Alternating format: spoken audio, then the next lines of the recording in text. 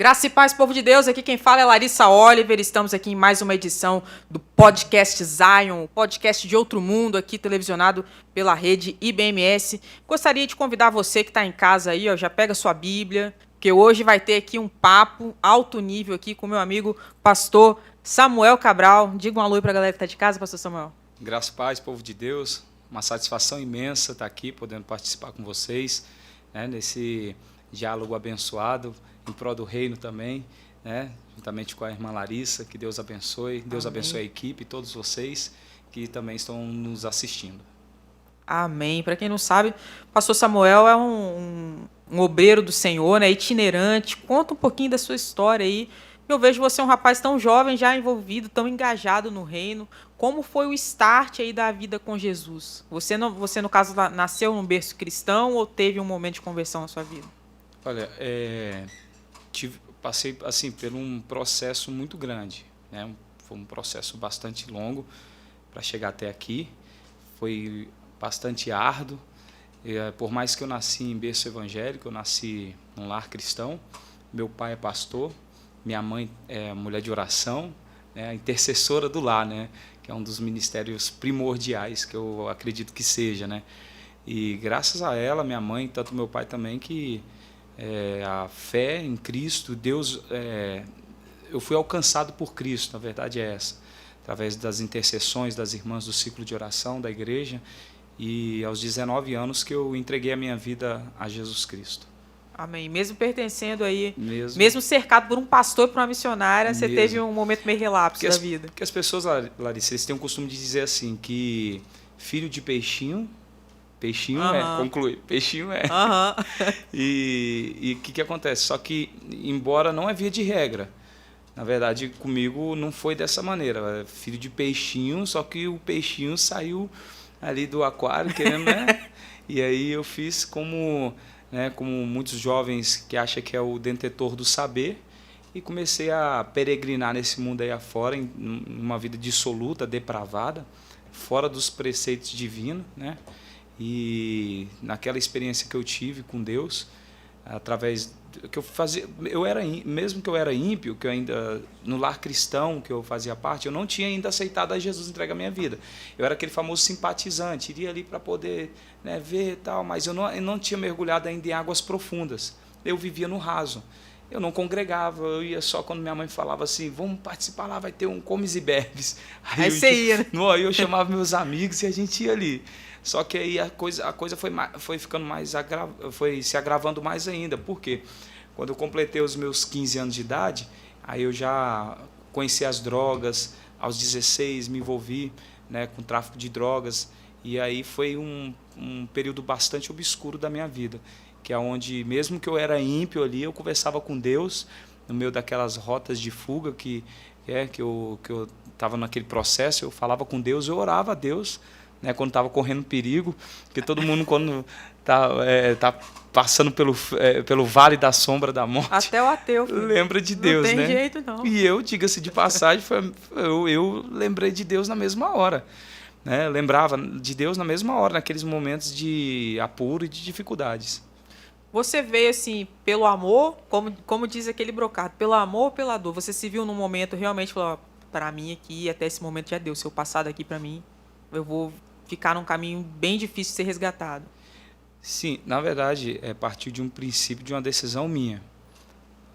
Por mais que eu estava no mundo ali envolvido, com os bailes funks da vida, né, aquela rotina, eu tinha no meu coração e eu orava a Deus. Eu posso falar uma coisa que ser bastante verdadeiro, dizer isso? Eu me lembro quando eu estava numa boca de fumo, eu estava numa famosa biqueira, né, que diz aí, e eu me lembro que eu estava fumando um cigarro de maconha, e eu falei com Deus, eu olhei para o céu e falei, Deus, eu não quero morrer aqui, aqui não é o meu lugar. Eu falei com Deus, e eu orei a Deus aquele dia. Eu lembro que eu falei, Deus, se o Senhor me dá uma oportunidade de vida, só uma oportunidade que eu quero. Se o Senhor me dá a primeira oportunidade, eu vou embora, eu saio daqui e vou partir para mudança e vou abraçar a causa.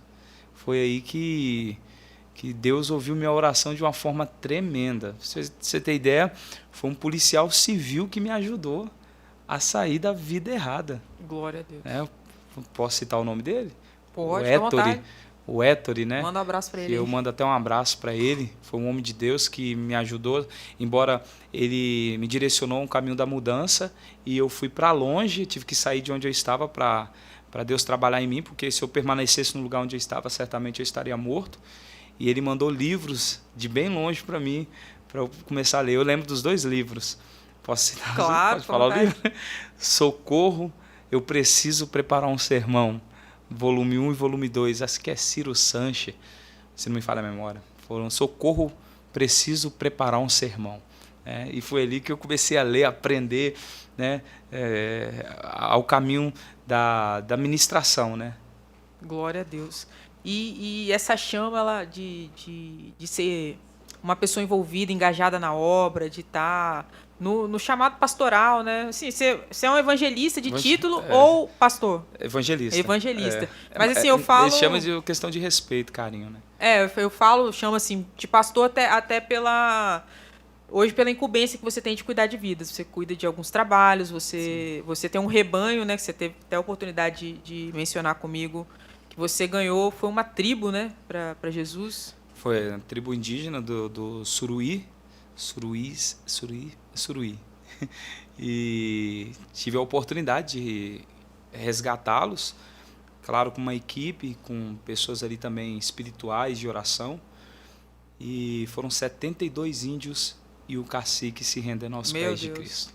Glória a Deus. Nós estamos ainda nessa labuta, nesta guerra, e pretendendo no nosso coração alcançar mais vidas, mais pessoas, que meu coração é grande para o reino em prol dessa causa. Amém.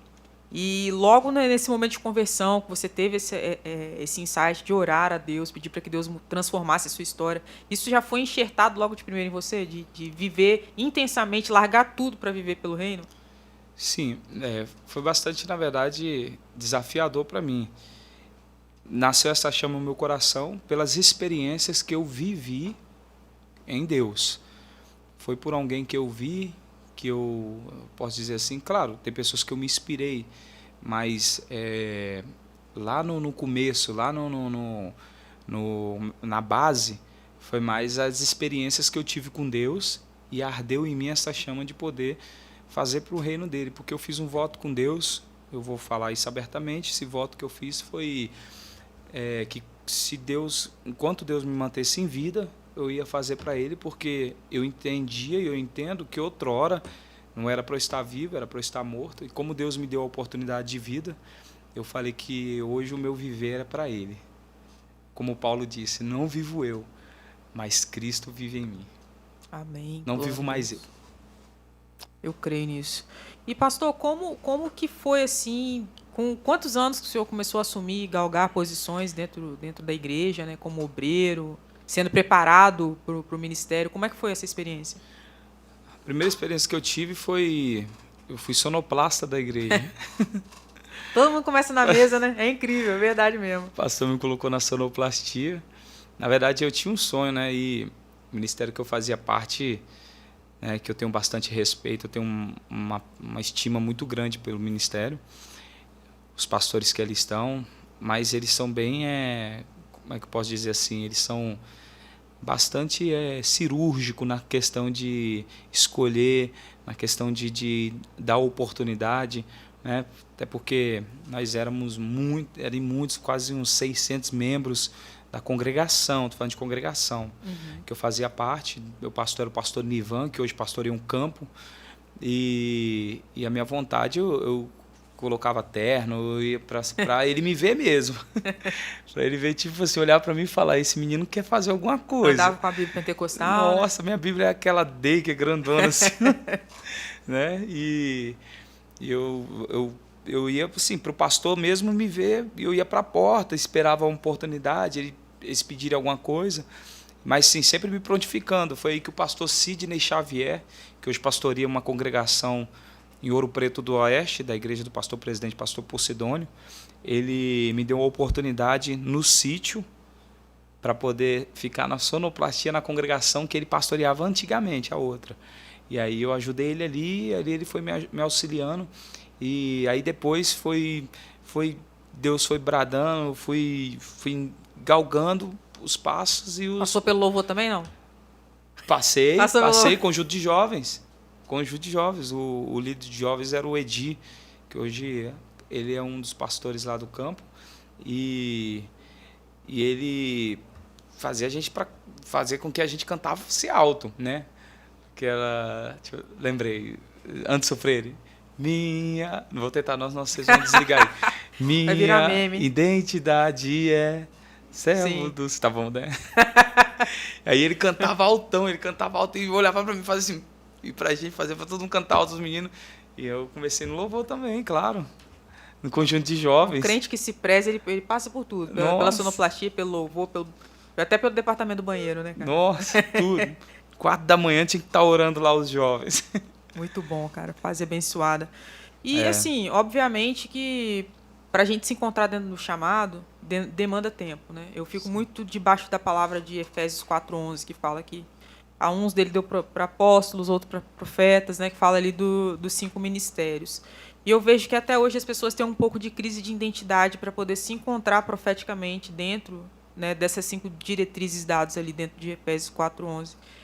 Para você, como foi se encontrar dentro do seu chamado? Obviamente foi outorgado a você, né? Os líderes foram vendo alguma aptidão em você para contribuir para o reino, mas como que você falou, não, isso aqui realmente eu estou no lugar certo, eu não estou debaixo de um título só, eu estou realmente debaixo de uma unção profética que eu nasci para isso, eu nasci para ser evangelista. Quando que você teve esse start?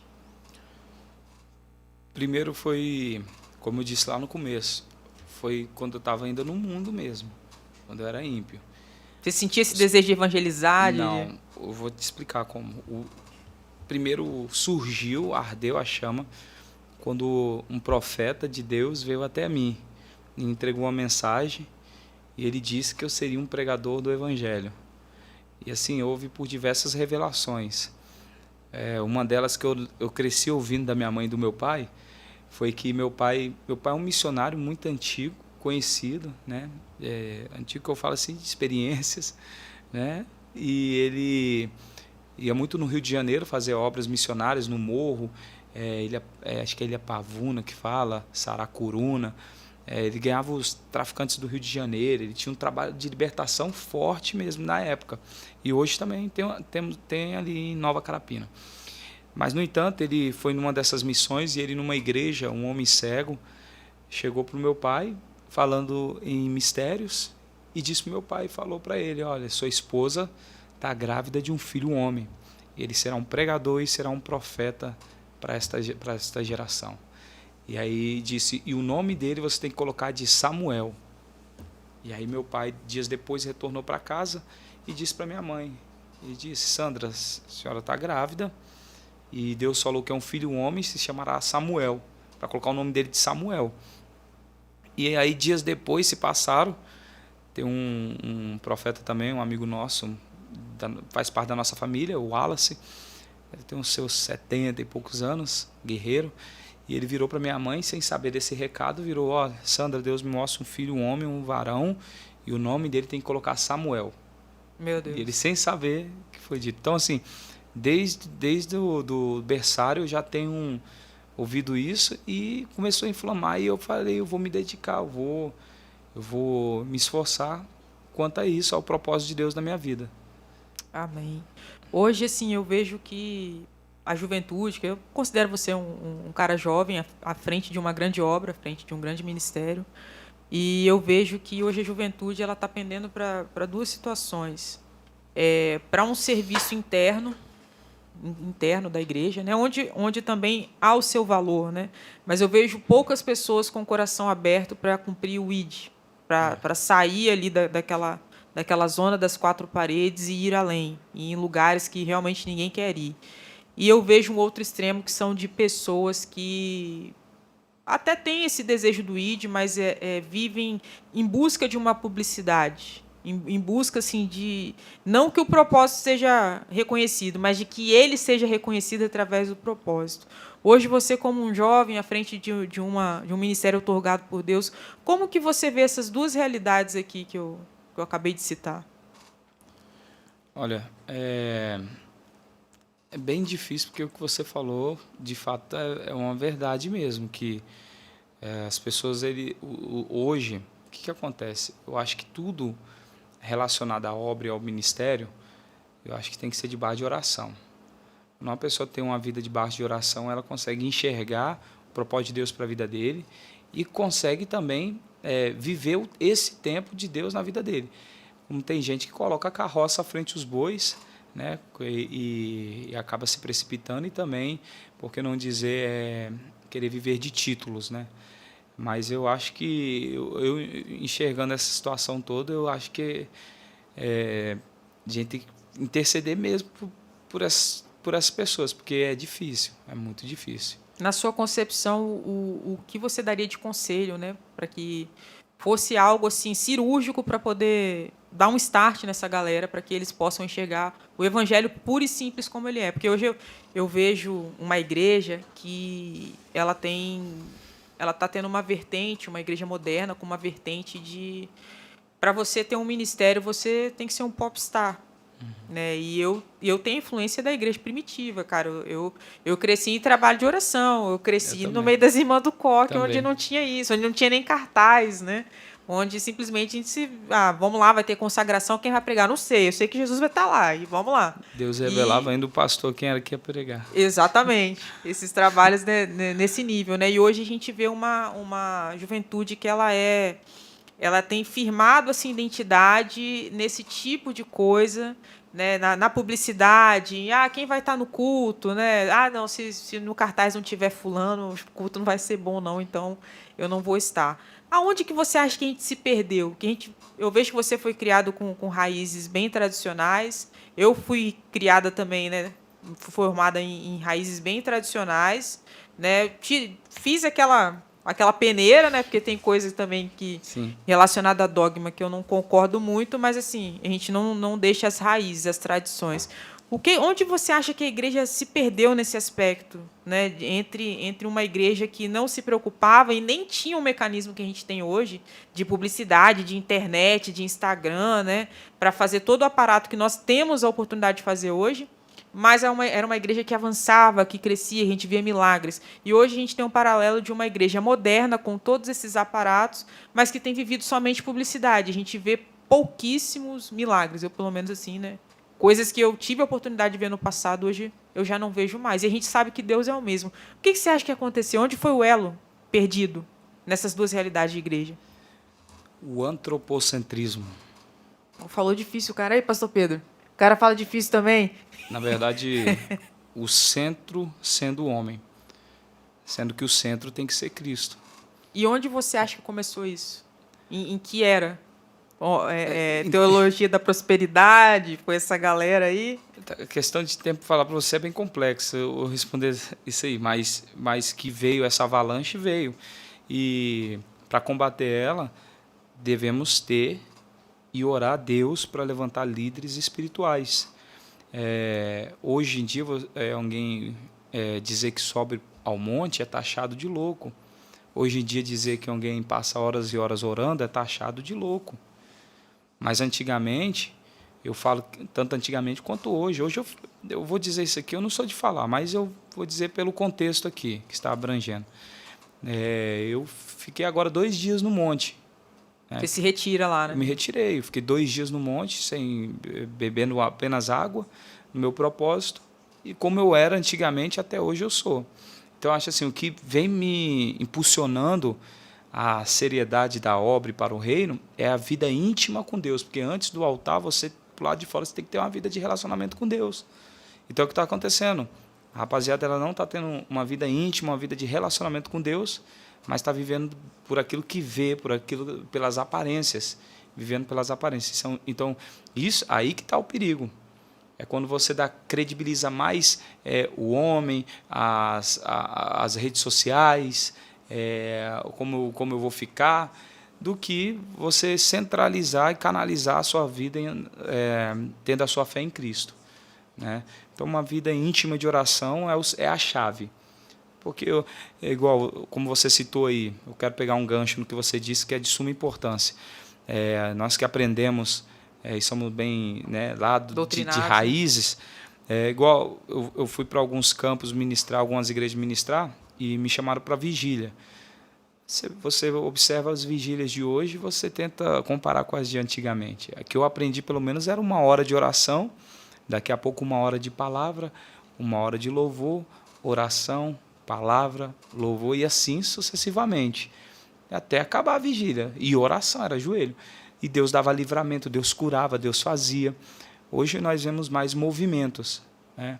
É o barulho do pandeiro, da bateria. Se não tiver, Deus não está. Sendo que às vezes Deus está no cisso suave e ele não sabe. Então, são várias manifestações de Deus. Então, é isso que tem acontecido. Acho que perdeu o foco da oração. Acho que a oração é o ponto primordial. Uma outra coisa que eu tenho percebido também, relacionada a essa nova nata, essa nova geração, é que os ministérios são de curta duração, né? Durante alguns dias eu tenho visto algumas notícias de pessoas meninos novos, e eu acho que é uma cadência de erros. Não sei se você concorda comigo. Eu vi o caso, por exemplo, daquele rapaz, o Gessé Aguiar, né? Ele veio, né? Acho que ficou 1 ano aí no topo com algumas canções e recentemente ele foi a público, gravou um vídeo dizendo que para ele não dá mais para continuar no mercado gospel, que ele iria se retirar e ficar somente na igreja local dele. Até aí, até uma posição louvável, de sair do mercado, daquilo que é dinheiro, daquilo que é business, daquilo que é monetizado, para viver uma vida de privacidade com Deus, né? Só que aí depois rolou uma polêmica lá, que na verdade não era nada disso, o cara estava querendo mesmo viver a vida dissoluta que ele gostaria de viver. E ele tinha vindo a público com outro conceito, falando uma outra coisa, mas não era nada daquilo. E eu vejo que, assim como ele, houveram outras pessoas, outros ministros, outros pregadores, né, de maneira recente, um atrás do outro, que foi como um efeito dominó, né? Várias pessoas com um ministério que eu chamo de miojinho, cara. 3 minutos só de ministério, acabou. Acabou. Um momento, né? Exatamente. É um período muito curto. O cara, às vezes, fica 6 meses, 1 ano lá na publicidade, no ápice, ministra aqui, ministra acolá. E eu, sinceramente, eu tenho as minhas ressalvas. Eu entendo que, assim, as pessoas que são profetas da música, eles vão viajar, são da nação mesmo, né? Das nações. Só que eu acho que Deus ele tem ciclos e estações na vida do homem. Os ciclos dos montes e dos vales. E eu acho que o ministro ele tem que ter essa percepção de saber quando ele deve se retirar. Porque quando o cara começa a ficar muito no auge, ele está muito propenso a ouvir a voz da multidão, mas ele não está propenso a ouvir a voz de Deus. Sim. Então, eu acho que tem hora que ele tem que dar uma retirada, dar uma recuada, rever o coração dele, ver se ele está conectado com Deus mesmo, para depois voltar, se assim for a vontade de Deus. Então, eu tenho visto uma cadência de fatos de muitos ministros, de profetas da música, de pregadores, assim, com inúmeros escândalos, cara. O que você acha que está por trás disso? Por que esses ministérios duram tão pouco? E a gente vê vida de pessoas como a do seu pai, que eu sei que tem um trabalho muito conceituado lá no município de Serra, ouvi falar muito bem lá do trabalho que ele dirige, e seu pai já é um ancião, né? 58. Que preserva aí até hoje, né, o bom nome, o nome, né, de Jesus sobre o ministério dele e dos trabalhos que ele carrega. Assim como eu conheço várias pessoas, tem uma pessoa muito conceituada aqui no município de Vila Velha, inclusive um abraço para ela se ela estiver nos assistindo, missionária Elaci, uma pessoa conceituadíssima, respeitadíssima aqui, que é um ministério que dura, que eu saiba, pelo menos uns 70 anos ou mais, né? E aí, o que você acha que ocorre com essa galera que começa muito bem, mas o ministério não dura 1, 2 anos? Eu olhando para esse lado, eu acredito que é a falta de estrutura, porque o ministério não é credencial, não é aparência, mas o ministério é estrutura na vida do homem. O homem tem que ter estrutura, a mulher de Deus e o homem de Deus tem que ser forjado, né? E também outros também que não têm estrutura, mas não têm temor a Deus. Então, a falta de temor a Deus leva a um colapso ministerial, um declínio muito grande, a falta de temor. Tanto é que esses escândalos que você citou aí de alguns foram relacionados a alguns pecados que a Bíblia condena, Sim. pecados terríveis. Então, eu acho que é a falta de temor a Deus. Porque quem teme a Deus, o temor a Deus é o princípio de toda a sabedoria. Sim. Então, quem teme a Deus irá experimentar do bom de Deus aqui na Terra. Você não pensa que seja uma cadência de erros também? Porque eu vejo assim, às vezes um cara de 17 anos, aí já está com o nome explodido, aquele negócio todo. Com 17 anos você tinha maturidade? Que eu não tinha. Eu tinha total de 0 maturidade. Então, assim, eu acho perigoso. Quem você era, quem você é e quem você vai ser são 3 pessoas diferentes. Se são. Então, eu sou diferente de outrora. Então, hoje eu me sinto mais maduro para várias situações. E a gente se arrepende, porque a gente diz assim, com 19, 17 anos, a gente acha que é dentre todos saber. Né? Nos obedece os pais falam, não vai, meu filho. Você, não, eu vou, não faz, você vai e faz. Então, aí depois que você atinge uma certa idade, para minha fase adulta, eu não vou revelar a minha idade, apesar de eu parecer ter 21 anos, que eu sei, a autoestima é tudo, né, irmãos? Só brincando aqui, mas eu tenho 31, vou fazer 31, né, em maio. Eu sou novo, eu sei disso, sou um jovem, glória a Deus por isso. E eu entendo assim que hoje eu sou muito diferente de outrora, de antigamente. É a falta de maturidade mesmo. Por exemplo, se você com 17 anos não teria condição mínima de estar no campo, né? Nenhuma. É algo que eu me pergunto por que algumas pessoas colocam, né, esses meninos, 17, 18 anos, à frente de nações. Ao meu ver, né, eu não sou pastora nem nada, mas se eu fosse pastora dessa galera, para pessoal, senta um pouquinho, tá na hora de sentar, de aprender, daqui uns anos a gente torna a conversar, porque eu acho que não é o momento de vocês. Mas tem gente que não aguenta esse tempo de espera. Esse aí... tempo de espera é um tempo primordial. Tem gente que, se não levantar ele hoje, ele sai dessa igreja e vai para outra. Aí é bode, né? Se gritar é bode, né? Você sabe como é que funciona. As pessoas, infelizmente, são assim. Não querem aceitar o tempo de Deus na vida dele, na vida dela, e acabam até falando, o pastor está perseguindo o meu ministério. Ah, bom. Não é? Eu fiquei de molho, foi 2 anos sem ter oportunidade na minha igreja. 2 anos subindo um monte, orando, pedindo a Deus uma oportunidade para dar uma saudação. E o pastor não me dava oportunidade. Minha vontade era largar tudo mesmo. No começo, assim, quando eu era neófito, né? Novo na fé, e eu falava com meu pai, o pastor estava me perseguindo, meu pai ria. Nossa, você tem que esperar o tempo. Minha mãe dizia, você tem que esperar o tempo. Então, tudo foi questão de tempo. Claro, eu já me precipitei, não vou aqui fazer papel de perfeito, não. Já me precipitei em algumas situações interligadas a ministério, mas depois eu comecei a amadurecer e entender que tudo está relacionado ao tempo de Deus. Tudo está relacionado ao tempo de Deus. Independente se o homem te dá a oportunidade aqui agora ou não, se for a tua hora, estiver chegando do teu milagre, vai chegar na sua mão. Amém. Já dá uma palavra para o torno de oração, hein, pastora? Brincadeiras à parte, uma outra pergunta. Né?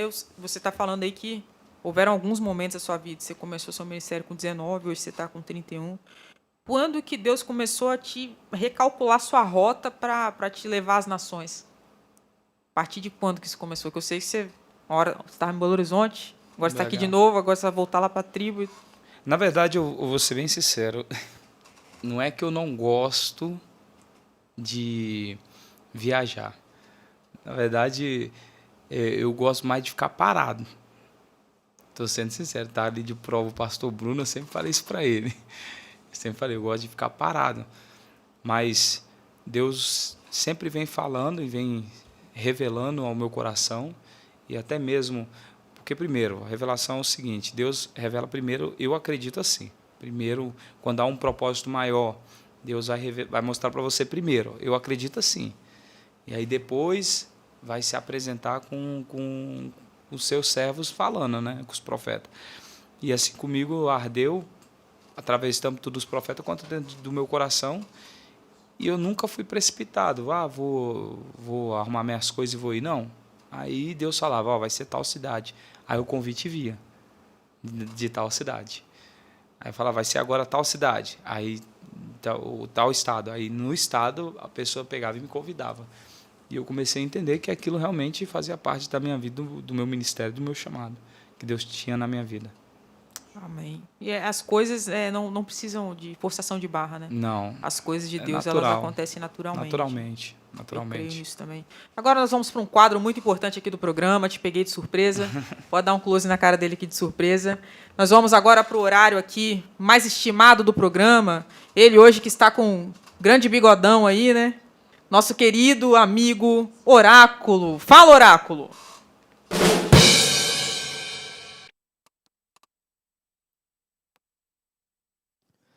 Fala, galera, tranquilo, beleza? Bom dia, boa tarde, boa noite. Bom, assim como Larissa disse, hoje estou a caráter, igual na foto aí que apareceu, tá? E por isso as perguntas serão um pouco mais sérias. Eu acho que você levou a sério o negócio do piseiro, hein? Gospel. Então, vamos começar essas perguntas mais Piseiro, sérias. Nossa. Com a primeira sendo... Vocês. Gostei do seu relógio, quer me vender? Brincadeira. Brincadeira. Obrigado. Vamos lá. Como evangelista, como que você vê o ganhar vidas, né, em relação a alguns anos atrás? Mudou esse cenário? Está igual? Ganhar vidas sempre é a mesma coisa? Está diferente? Para mim, o propósito continua aí. O propósito está aí, né? As pessoas que, na verdade, o ganhar almas é para quem tem disposição para fazer, porque o campo é vasto, a seara é grande, mas poucos são os ceifeiros. Na verdade, para ter disposição para fazer, são poucos. Então, a nossa oração tem que ser que Deus levante pessoas que queiram fazer, porque vidas estão aí e se perdendo. E não estou falando longe daqui, não. Talvez no seu vizinho, talvez ao seu lado, né? Você deixar uma palavra ali. Então, vidas estão em todos os lugares que nós possamos ir, encontrar ali, que necessitam de uma palavra e necessitam de Deus. Sim, mas e o nível de dificuldade? Você acha que continua a mesma coisa de alguns anos atrás? O TikTok, por exemplo, não está influenciando muito? Olha, com a pouca experiência que eu tenho, eu acho que é bastante desafiador em todos os aspectos. Em todos os aspectos. Porque tanto você lidar com uma guerra, tanto pessoal, física ali, quanto uma guerra espiritual. Eu acho que, no meu entender, é difícil ainda, tá muito difícil hoje, né? Não está tão fácil assim, e nem nos tempos de Jesus esteve tão fácil, né? Que foram derramamentos de sangue, né? E hoje também, nos dias atuais também, cristãos morrendo. Então, eu acho que é um nível bastante pesado. Legal. Eu ouvi aqui que antes mesmo de você nascer, né, tiveram muitos profetas relatando até seu nome e tal. E aceitar o chamado, né, e até entender que Deus estava te chamando, foi algo difícil? Trouxe medo, insegurança? Como é que foi?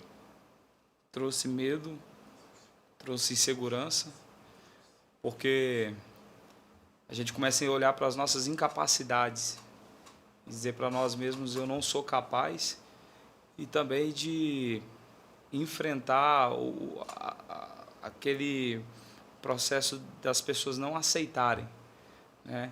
Então, isso tudo é desafiador. Tanto é que eu ainda sou um rapaz novo, mas eu ainda bem novo, ardendo aquele meu coração. Me lembro que a minha primeira mensagem eu ganhei 15 pessoas para Jesus. Eu só não me lembro o nome do bairro, mas se eu lembrar eu vou falar. 15 pessoas aceitaram a Jesus Cristo naquela noite. E uma pessoa chegou para mim e me liberou uma palavra de desânimo no final, porque eu era novo e não aceitou a oração, não aceitou a minha ministração. Mas eu ganhei 15 almas para a glória de Deus e continuei olhando para o alvo que é Cristo. Mas é desafiador por causa disso, por conta da aceitação e os demais desafios que nós enfrentamos também. Legal, legal. Outra pergunta, quais são os desafios desse tempo para a igreja, né? Televisão, rede social, músicas, o que você acha que é mais desafiador para a igreja e para o pastor? Mais desafiador no que diz respeito ao quê? A evangelizar, né? Dificuldades, né? Com o povo, né? Hoje, na verdade, a igreja... Hoje, nós estamos vivendo um período de tudo não pode falar, tudo não pode contestar. Os profetas antes falavam de um linguajar bastante pesado, né? Você vê lá, João Batista, ele dizia raça de víbora, né? Raça de cobras. Então, assim, hoje, se você falar um negócio desse, você é processo, vetado, né? é processo. Hoje, no máximo, é o pastor André Valadão, você não é crente, não. Esse cara é massa. Dependendo do que você fala, compromete teu ministério. Hoje, você não pode falar num tom mais alto que você é agressivo. Você não pode falar mais baixo que você não sabe falar. Você não pode falar uma verdade que está afrontando. Então, hoje é bem complexo mesmo, e desafiador para a igreja, tanto também na questão das redes sociais.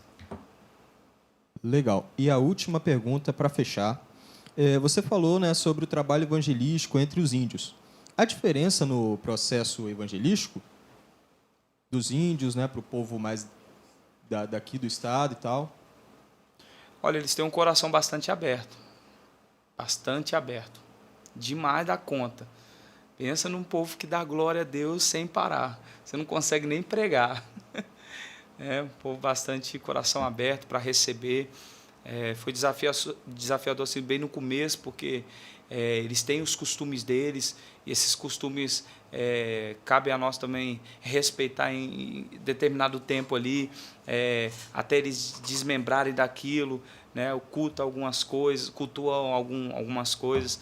Então, isso daí que foi uma questão bastante desafiador, no meu ver, de cortar aquele cordão umbilical com algumas coisas, né?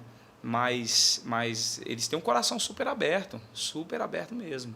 Que se você falar assim, eu quero orar na sua casa, eles recebem, eles dão glória a Deus, quer receber cura, quer receber de Deus. Isso foi muito bom e foi uma experiência muito ímpar para a minha vida, né? Foi uma experiência muito grande. Foi a primeira vez que eu tive essa oportunidade e eu abracei ela de poder estar indo. Meu amigo policial civil, Alan, abraço, Alan, ele pegou e pegamos um Fiat Uno Guerreiro, aquele Guerreiro, entramos nas linhas, lá fala linha, né? Lá em Rondônia fala linha, né? Acho que São Mateus ele fala quilômetro 16, quilômetro 15, linha, que é aqueles quilômetros de terrão vermelho, né? Então entramos lá para dentro, fomos evangelizar, e para a glória de Deus, almas se renderam a Jesus Cristo, estão lá até hoje, firme e constante. Aqui encerro minha participação. Que isso, Piseiro? Satisfação, foi um prazer. E eu tá não light sabia. Hoje. Ó, a alcunha aqui de Piseira, porque tem um golzinho rebaixado com módulo de 1000. Você tirou piseiro da onde? Piseiro, da pisadinha. Esse pessoal de interior que fala piseiro. Eu morei no interior, morei 6 anos em Rondônia. E lá eles falavam assim, aí eu como saí daqui, fui para lá, morar lá, eles falavam, vai ter um piseiro lá, calvagada, um negocinho, né? Calvagada. Cavalgada. Isso. Aí eles falaram assim, vai ter piseiro. Eu falei, gente, o que é piseiro? O que é piseiro? Aí na minha época de jovem, né, eu falava assim, vamos rockear, vamos pro rock. Lá é pisadinha. Lá é piseiro. Você vê que Larissa tá sabendo, hein, rapaz? Hã? Larissa tá sabendo das coisas. Tô sabendo. Ô, Luan. Você não é crente, não. Ô, Luan. Não, ela é. Não dá ideia pro Lucão, não, porque ele já tá aqui nos bastidores, cara. Vai virar meme depois isso aí. Falando nisso, esse óculinho dele aí, de onde está o óleo, hein? Não me engana, não, cara. Só faltou a camisa.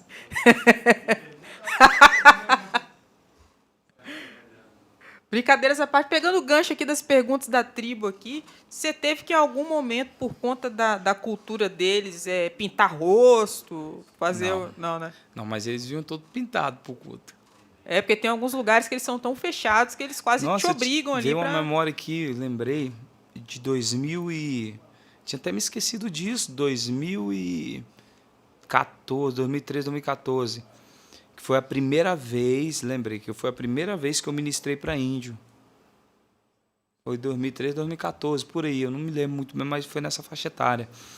Eu me lembro que tinha tanto índio, tinha muito índio, e não tinha arco e flecha não, mas tinha muito índio pintado, e o cacique, eu me lembro até hoje, que o pastor foi passar para eu trazer a ministração da palavra, foi na fazenda mesmo, aberto, lotado.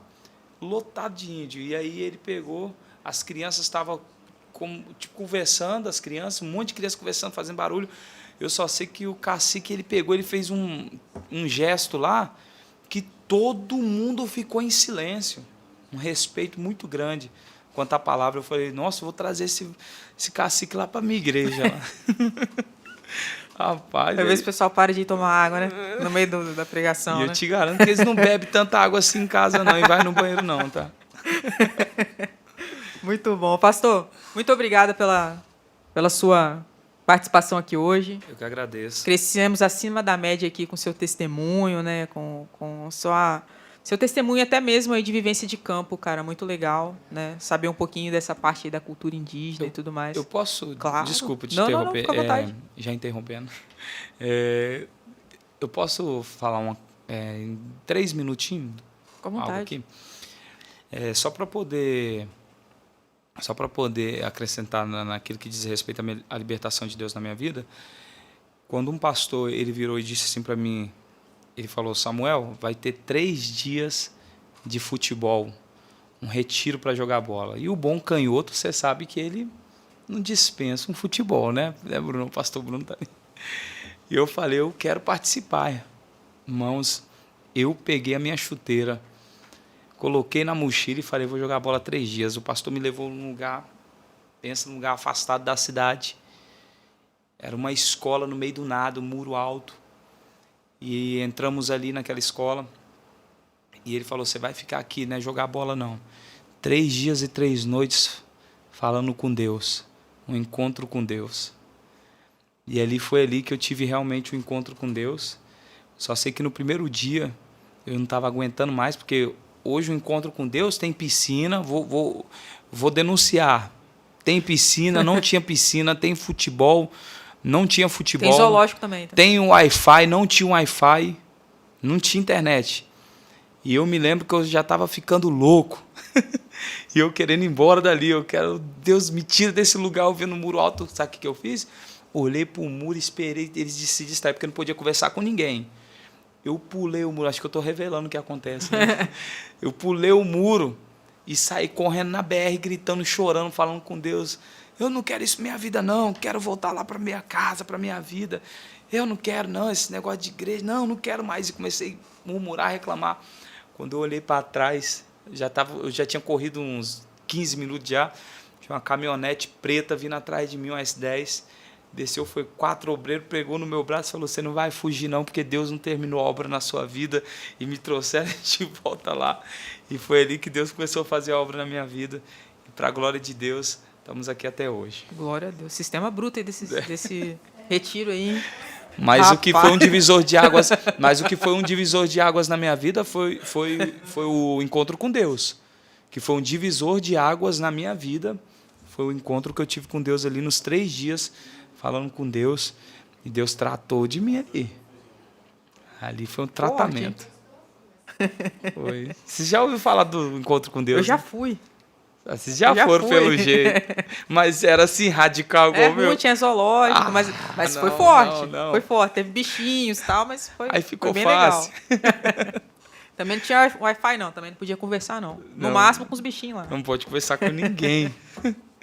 Eu quase estava fazendo igual aquele filme que aquele camarada colocou... O Wilson, né? Colocou o rosto no coco na lá. bolinha, né? O Wilson. O famoso Wilson. Quase. Náufrago. Muito bom esse filme, por sinal. Pastor, deixa o tag do seu Instagram aí, pra galera que quiser te seguir. EV Samuel Cabral. Repetindo. EV Samuel Cabral. Agora telefone com o DDD, para quem quiser levá-lo à sua 27 999 70 9016. Repetindo. 999 70 9016. DDD 27, estamos televisionados para 40 países. Você que nos assiste, muito obrigada pela sua companhia hoje. Nos siga lá no @TV_IBMS. Nos siga também no @Rádio IBMS. Quer saber um pouquinho mais sobre o nosso ministério também? Basta você acessar @LarissaOliver.ofc. Entre também no nosso site, www.tvibms.org. Em breve teremos muitas notícias novas aqui na TV IBMS, que agora também está migrando para ser a rede IBMS, não só mais televisão e rádio, agora também teremos um estúdio. Você que quer gravar nosso single, ser assessorado pelo Rick Bonadil Gospel, Lucão Mendanha, fique à vontade, nos procure, ele está morrendo de rir ali atrás. Nos procure, venha ser assessorado aqui pela essa grande equipe, pelo nosso queridíssimo piseiro gospel também, que é o Luan. E quem vos fala aqui também, essa equipe aqui, cara, ó. Se achar outro trio desse aí para te assessorar, tá para nascer. Brincadeiras à parte, ó, aqui a gente tem espaço para você gravar o seu clipe, para você gravar a sua música, fazer o seu lançamento publicitário também. Nos contate lá via direct do @TVIBMS. Venha gravar seu single, seu clipe aqui. Os meninos estão rachando o bico, mas é verdade. Te espero segunda-feira que vem. Até mais. Tchau, tchau.